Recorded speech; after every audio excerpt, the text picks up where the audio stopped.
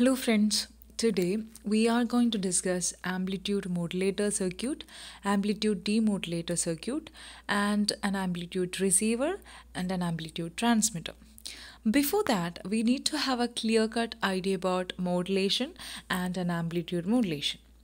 Modulation is the process of varying one or more properties of a periodic waveform called the carrier signal with a separate signal called the modulation.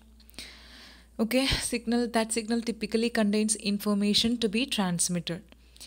And we know that the carrier is higher in frequency than the modulation signal. So basically, modulation is a process of mixing up of low frequency message signal with high frequency carrier wave signal. Modulation is of two types, analog modulation and digital modulation. Analog modulation is further divided into three types: amplitude modulation, frequency modulation, and phase modulation. So, analog modulation refers to the process of transferring an analog baseband signal. If it is digital, then it is called digital modulation. And in case of amplitude modulation,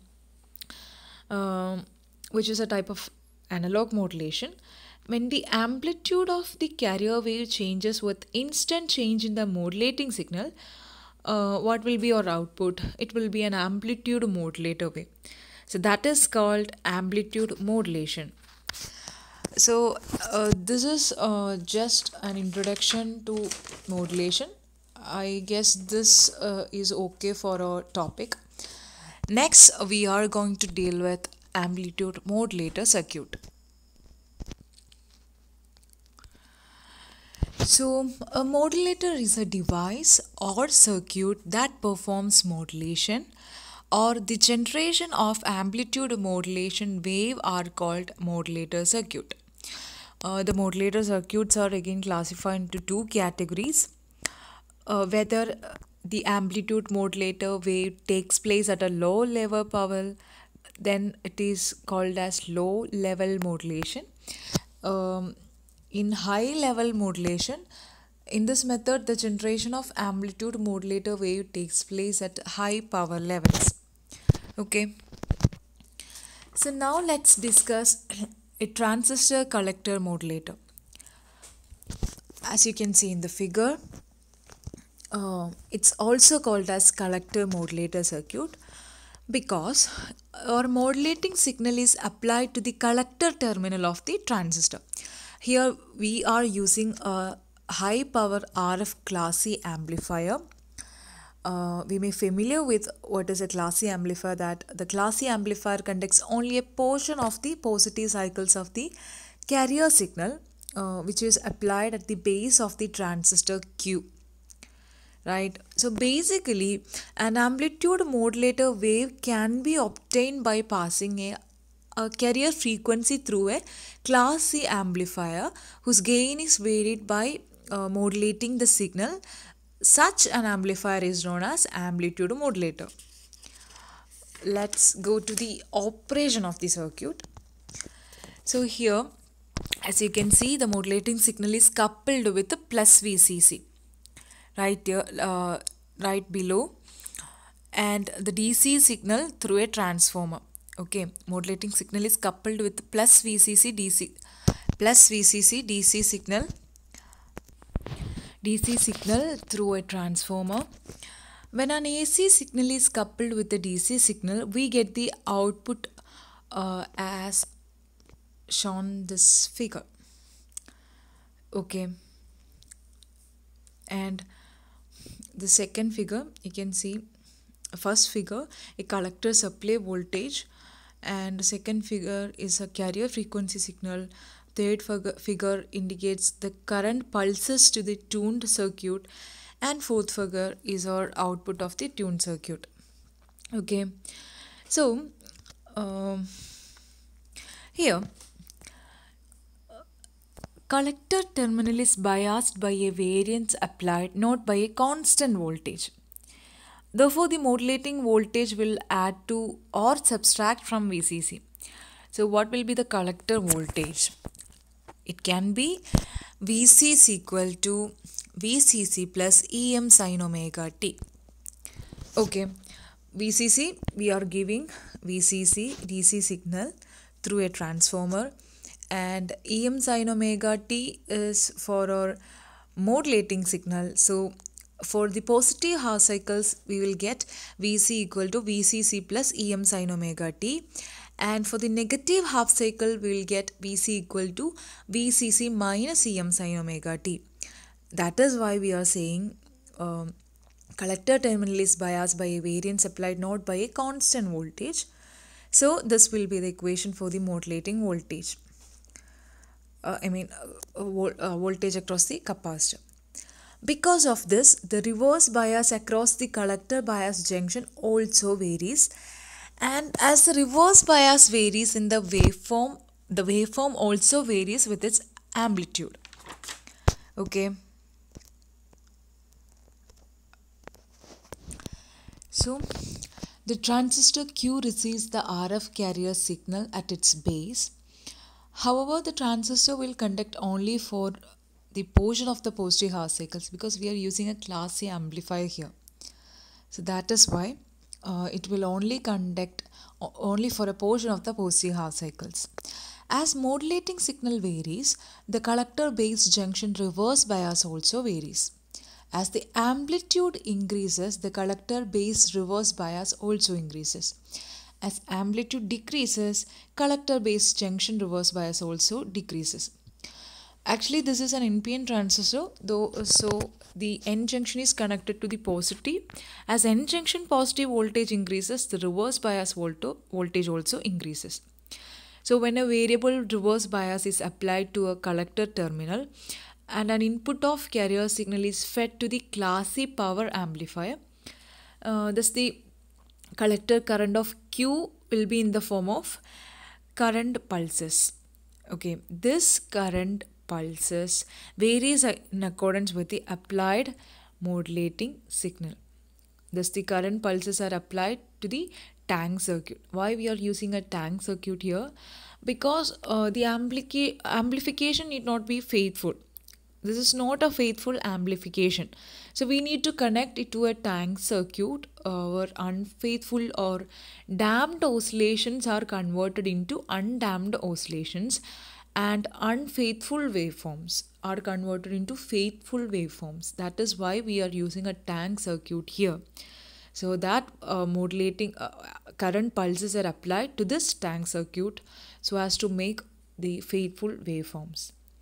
And then finally the amplitude modulator wave is produced at the output of the tank circuit. And another point is to remind is that it won't be possible to obtain the 10% modulation using the circuit. The reason is that to get 10% modulation, EM is equal to VCC. When the modulating signal goes negative, it subtracts from the VCC as per this equation, VCC equal to VCC plus EM sin omega t. At the negative peak, what will happen? The subtraction is 0 voltage is applied to the transistor Q producing 0 output. So that is why 10%, 100% modulation using this circuit is not possible. Okay, so let's go to the advantages and disadvantages of amplitude modulator circuit. It has very good linearity, that is the envelope of amplitude modulator wave is same as that of the modulating signal. Okay, high collector efficiency because we are using a class C mode. Class C mode has more than 80% efficiency, and here we get high output power, and collector saturation prevents 10% modulation, hence avoid over modulation. So these are some advantages of amplitude modulator circuit. And disadvantages: it requires high modulating power because it gives high output power. Due to nonlinear response of transistor, 100% modulation cannot be achieved. So these all about amplitude modulator circuit. Hope it's clear. Next, we want to discuss what is a amplitude demodulation circuit. Okay, at the receiver, A circuit must be provided that recovers the information signal from the modulator carrier. The most common circuit in use is the diode envelope detector, which produces an output voltage proportional to the envelope, which is the modulating or information signal. Or an amplitude demodulation is the reverse process of modulation. Of course, it will be the reverse process of modulation, right? Demodulation or enveloping is used to recover the signal or to detect the message coded on the carrier signal. Or it filters out the carrier to determine the original signal amplitude. And what is the need of demodulation at the receiver?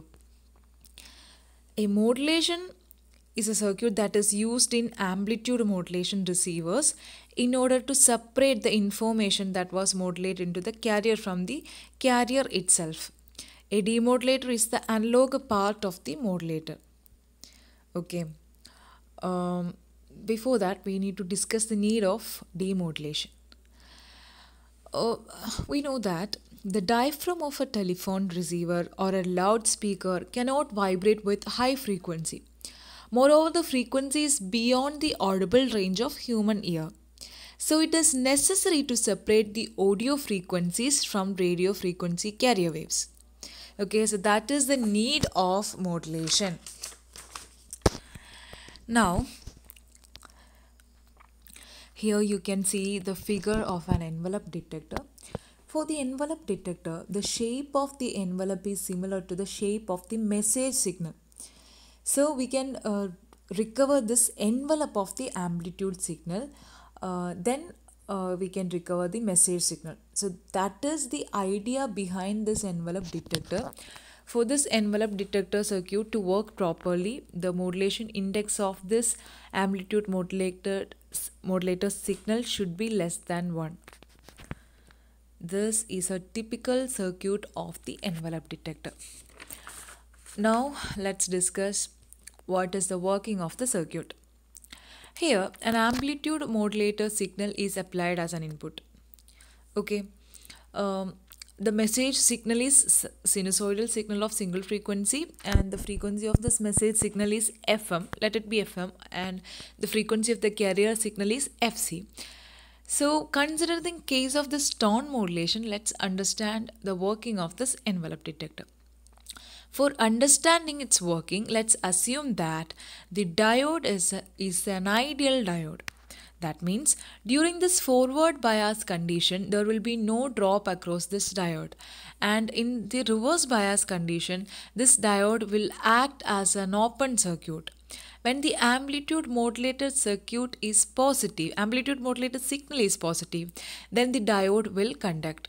Because of that, it will act as a short circuit.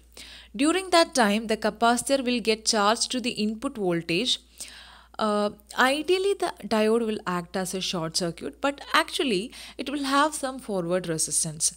But this forward resistance of the diode is very small, so the capacitor will charge very quickly, or we can say that capacitor will follow the input signal and it will get charged up to the peak voltage.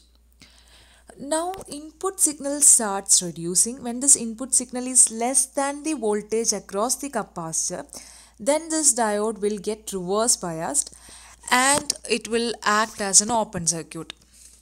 Okay, then what will happen during this time? The capacitor again starts discharging through this resistor. Okay, here you can see a capacitor and resistor and a diode here, right? So at this point, once again the input voltage will cross the capacitor voltage, and once again the voltage at the anode of the diode will be greater than the cathode. That means once again the diode will act as a short circuit. Because of that, again the diode will conduct and the capacitor will follow the input signal once again. Look at this figure. We will get an output like this. Okay, it will get charged up to the peak voltage, and then after the same procedure will repeat. So our output of the envelope detector will be like this. Using a low pass filter, the ripples. You can see the ripples in this output. So we can avoid, or we can remove these ripples by using a low pass filter. Okay, then the graph will be like this. Again, if you're using a DC blocking capacitor, the DC component can be removed. So we will get the final output like this, which is our message signal. Or in this way, it is possible to recover the message signal from the amplitude modulator signal using this detector. And now we want to discuss some more points, that envelope detector works perfectly when Fc greater than Fm. Moreover, the value of this R and C should be selected carefully. That is, the RC, which means the time constant, should be greater than 1 by Fc. Fc is the frequency of the carrier wave signal. It should be less than the 1 by Fm. That is 1 by the frequency of the modulating signal. Okay, now let's discuss the advantages and disadvantages. It's a very simple circuit and it is low. It have low cost. That are the advantages, and poor linearity distortion is the disadvantage. Okay, next we want to discuss an amplitude transmitter. Actually, which transmit amplitude signals. That is why it is known as an amplitude transmitter. It also have high level and low level. Choice between two modulation schemes depends on transmitting power. That's why we have high level and low level. Actually, they are similar. Some small changes are there. So let's discuss any one of the transmitter. So now let's discuss low level amplitude transmitter. Okay, here you can see a carrier oscillator. What will the carrier oscillator do? It will produce carrier signals, high frequency carrier signal, that we use crystal oscillator, which has high stability and efficiency. So that is why we use crystal oscillator as a carrier oscillator. And those carrier signals goes to the modulator by a driver circuit. Okay, there is a buffer amplifier in between the carrier driver and carrier oscillator. Normally we use an emitter follower circuit which has high input impedance and used for the impedance matching. Hence we can give the correct output to the driver circuit. At the same time, the message signal is fed to the modulator by a driver circuit after the preamplification. Then we will get the amplitude modulator wave after the mix-up of high frequency carrier signal with modulating signal, which passes to the transmitting antenna. So this is enough for amplitude modulator transmitter. It was just a qualitative analysis of amplitude transmitter. Now we need to discuss amplitude receiver. Amplitude modulator receiver receive the amplitude modulator wave from a AM transmitter to convert the amplitude modulator signal into sound energy, if it is in the case of voice signal or something like that. Okay. Here, the antenna intercepts the radio signals and feeds the RF amplifier. Okay. And the RF amplifier selects only the desired signal frequency and amplifies its voltage. This amplifier is tuned to the desired signal frequency by using capacitive tuning. After suitable amplification of the RF signal, it is fed to the mixer. The mixer takes another input from a local oscillator which generates a frequency according to the frequency of the selected signal, so that difference equals. Okay, the mixer consists of nonlinear device like transistor. So that nonlinearity, the mixer output consists of a number of frequency components. Okay.